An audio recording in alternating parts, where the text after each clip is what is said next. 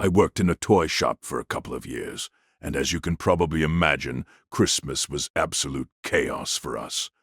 The holiday shifts were intense, but honestly, they were also the best part of the job.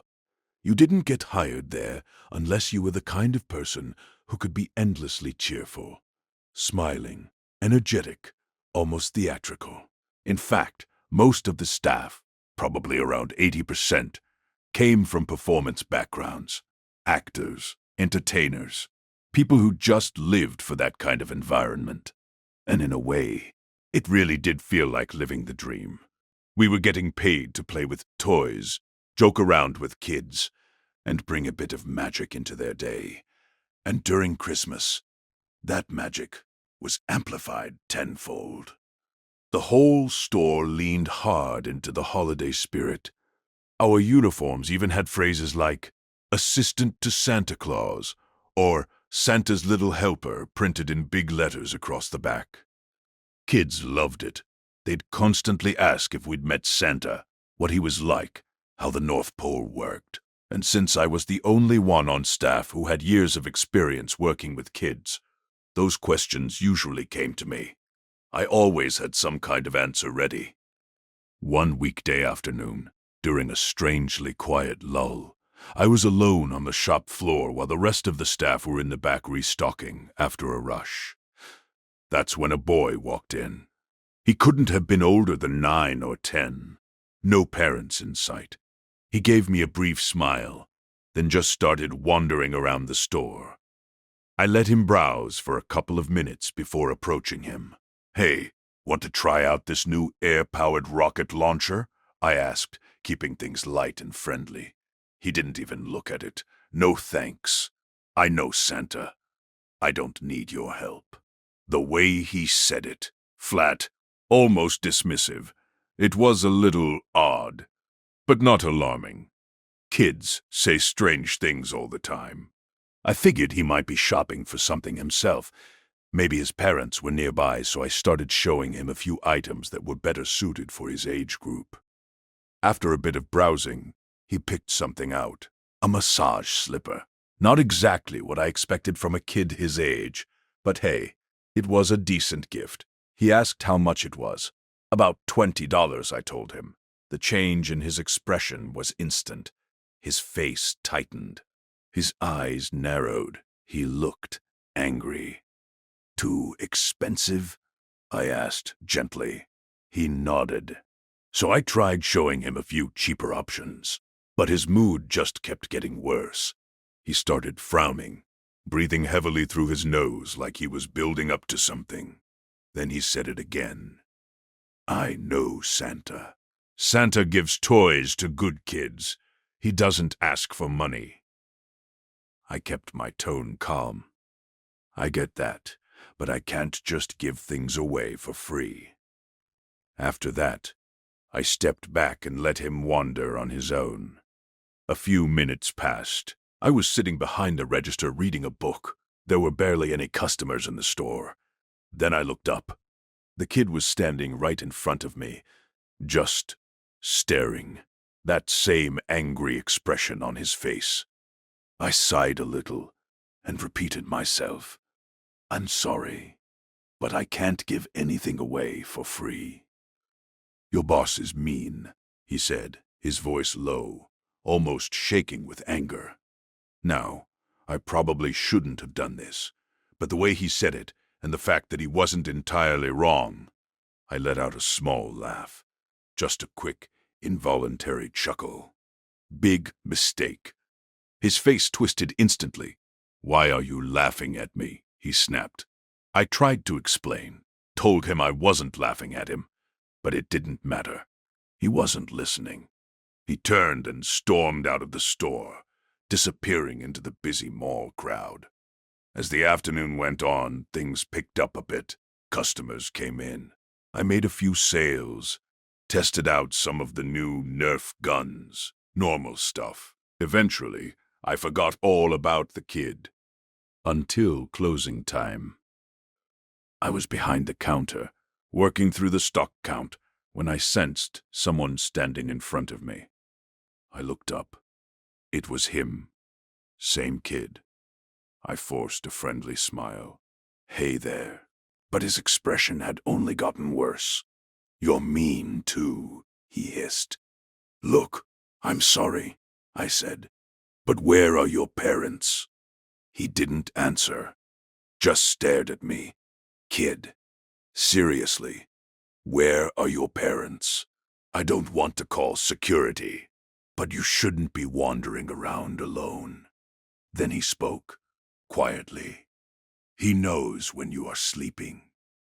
I rolled my eyes at first, but something about the way he said it made my stomach tighten.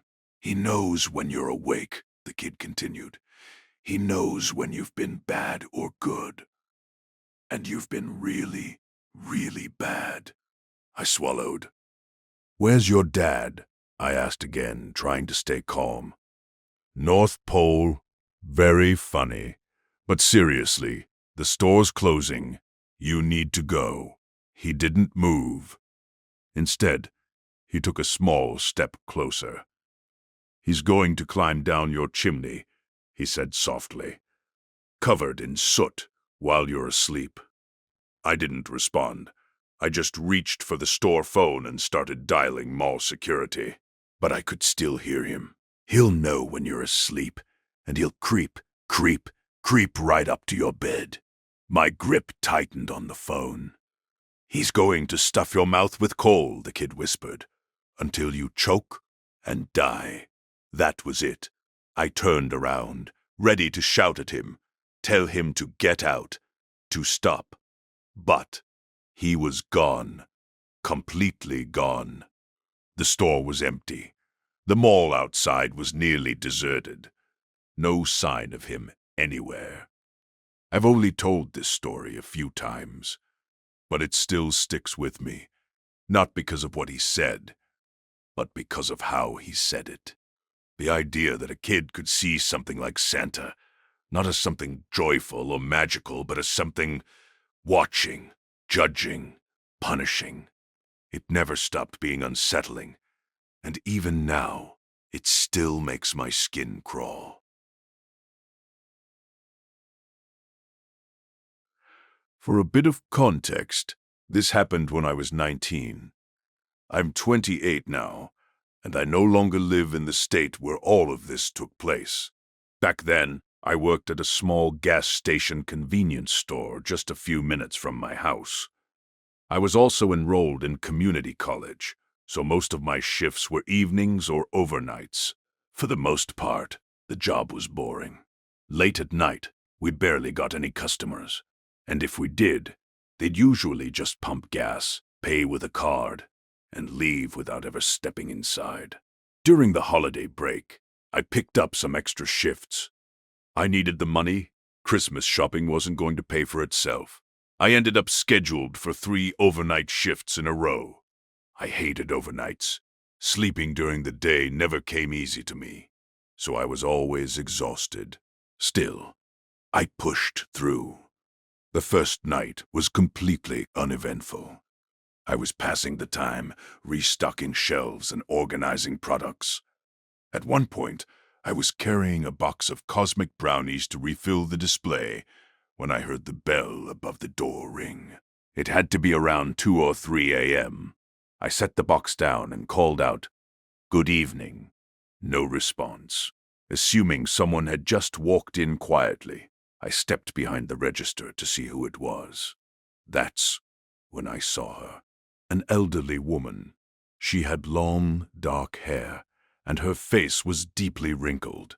It was hard to make out much else because she was bundled up tightly against the cold. She wasn't browsing. She was just walking, slowly moving up and down the aisles without picking anything up, without even really looking at the shelves. I watched her for a few minutes before speaking again. "Is there anything I can help you find?" Nothing. She didn't even acknowledge me. She just kept walking. After another 5 minutes, she suddenly stopped, looked up at the clock above the cooler, then turned and hurried out of the store. Just like that. Gone. At the time, I didn't think much of it. I figured she might have been homeless, just trying to get out of the cold for a few minutes. Technically, we weren't supposed to let people loiter, but she didn't seem like a problem. So I let it go. The second night was different. I was sitting behind the counter, barely awake, watching something on my iPad. It must have been around 4 a.m. when I heard the bell again. It startled me so badly I almost jumped out of my chair. I looked up, and there she was, the same woman. But this time, something was off. Her face had scratches on it, fresh ones. I greeted her again, trying to stay calm. "Hey, can I help you with anything?" No response. She just started walking through the aisles again, head down. Same slow, methodical pace. After a few minutes, I decided I'd have to ask her to leave if she wasn't buying anything. But before I could say anything, she stopped, right in the middle of the store, then slowly turned her head toward me and stared, her eyes locked onto mine. Then she spoke. "The only thing worth bargaining for is your soul." Her voice was high, shrill, completely unnatural. I froze. "Excuse me?" I managed to say. She didn't respond. She just stood there, staring at me, this cold, almost aggressive expression on her face. Then, after what felt like forever, she turned and walked out. I watched her cross the parking lot until she disappeared into the darkness. That's when I started feeling uneasy. By the third night, I was genuinely anxious. I'd never felt that way about this job before. But all I could think about was whether she would come back. I stayed behind the register almost the entire shift, barely moving, constantly watching the door. Time dragged. By 3 a.m., it felt like I'd already been there all night. Then, the bell rang, and there she was, again. But this time, she looked worse, much worse. Her hair was messy, her clothes looked dirtier, and the cuts on her face had multiplied. There were scratches on her hands, too. Her fingers looked smeared with something dark. It looked like blood. I called out to her, louder this time. "Are you okay? Do you need help?" She stopped, looked up at me, and silently mouthed the words, "Help me." Her expression shifted. She looked like she was about to cry. For a second, I forgot about being scared. I just wanted to help her. "Hold on," I said, reaching into my bag for my phone. I was about to call 911. But then, the bell rang again. The door opened. I looked up. She was gone. Just gone. I didn't even see her leave. At that point, I didn't know what to do. So I called my boss. He was groggy at first, but as I explained everything, the past 3 nights, he became more serious. He said he'd come in. When he arrived, he went straight to the back to check the security footage. About 10 minutes later, he came back. His face had completely changed. He looked disturbed. "Call the cops," he said. My stomach dropped. "What? Why?" He took me into the surveillance room and pulled up footage from the camera behind the building near the bathrooms.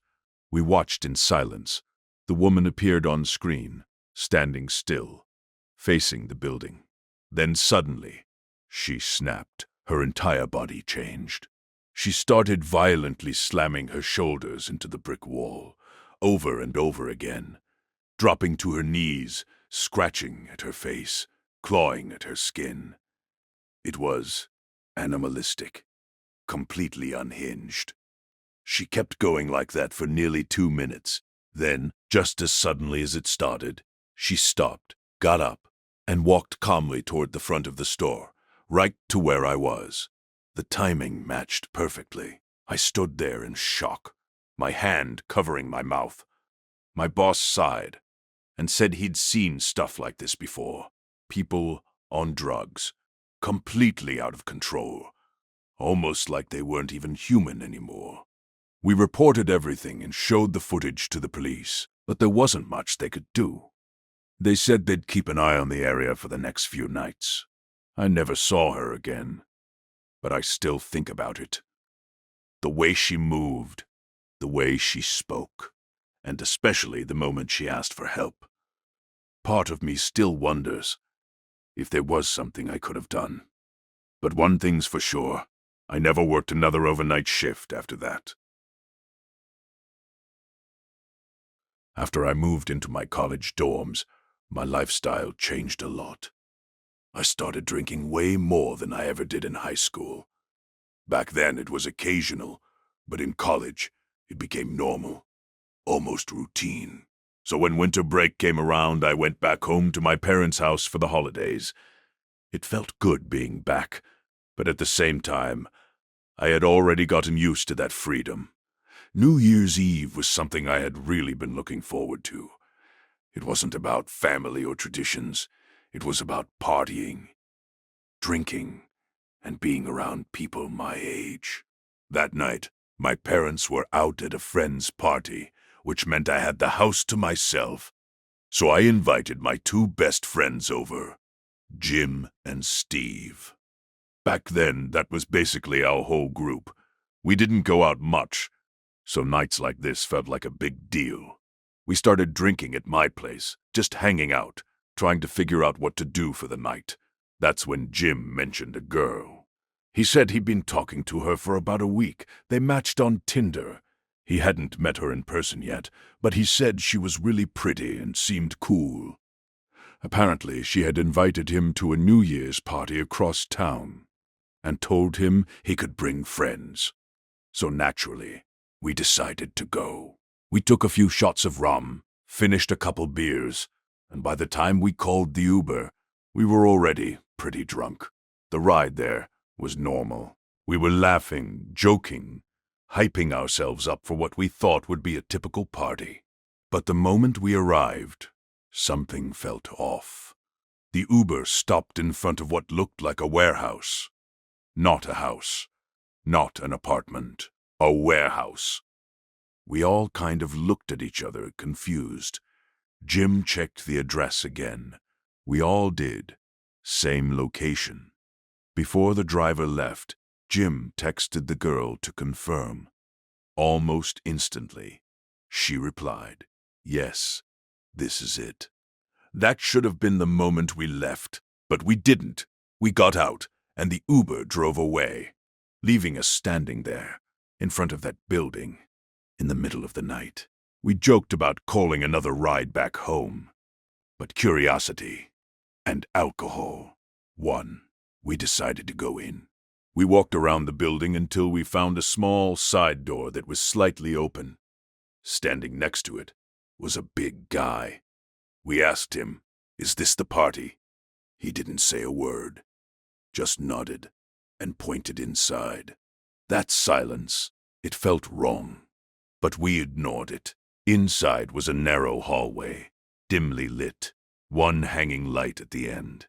As we walked forward, we could hear music, loud bass, like a party, but something about it felt distant, hollow. When we reached the end, it opened into a large room. This was supposed to be the party, but it didn't feel like one. There were maybe 20 or 30 people. No one was dancing. No one was really talking. People were just standing around or sitting alone, and almost all of them were looking at us. The lighting was awful, just cheap strobe lights flashing, making everything feel disoriented. And then we noticed something that made things worse. There were no girls, not a single one. We moved to a corner, away from the noise. I told Jim to text the girl again. He did. A few seconds later, he looked at us. She says she's in the back, past some double doors. Immediately, I felt uneasy. I told him it didn't feel right, but he insisted. "We'll just check. If she's not there, we leave." So we followed him. We walked through the double doors, Another hallway, darker, narrower, doors lining both sides. It felt wrong, like we shouldn't be there. Halfway down, a guy suddenly stepped out of one of the rooms. He moved quickly, got close to Jim, and whispered something in his ear. Jim turned to us, and instantly, I knew something was wrong. His face had completely changed. "Let's go," he said. "Now." We didn't question it. We turned around and started walking back. But this time I could feel it. Everyone in that room was watching us, more intensely than before. One of the big guys near the entrance stepped toward us, like he was trying to block us. We pushed past him. Then a voice from behind us shouted, "Yo, stop them!" That's when Jim yelled, "Run!" We sprinted. Down the hallway, out the door, across the parking lot, not looking back, not stopping. We didn't slow down until we reached the main road. Out of breath, heart racing, we called another Uber. Once we finally calmed down, we asked Jim, "What did he say?" Jim hesitated, then said, "He told me, get out before midnight.